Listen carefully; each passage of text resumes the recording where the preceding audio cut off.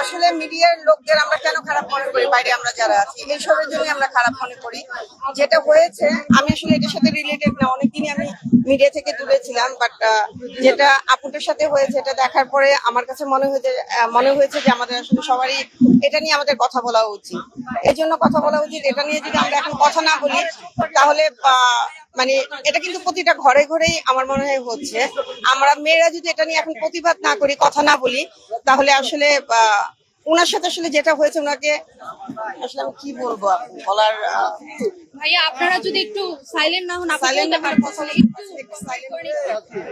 জি আপু বলেন। তো আমার যেটা ভাষা, এটার জন্য কিন্তু একটা মানুষ নর্মালি, কিন্তু আমি আজকে মনে হলো যে আমি সুইসাইড করবো, আমি সুইসাইড করে ফেললাম, ব্যাপারটা কিন্তু এরকম না।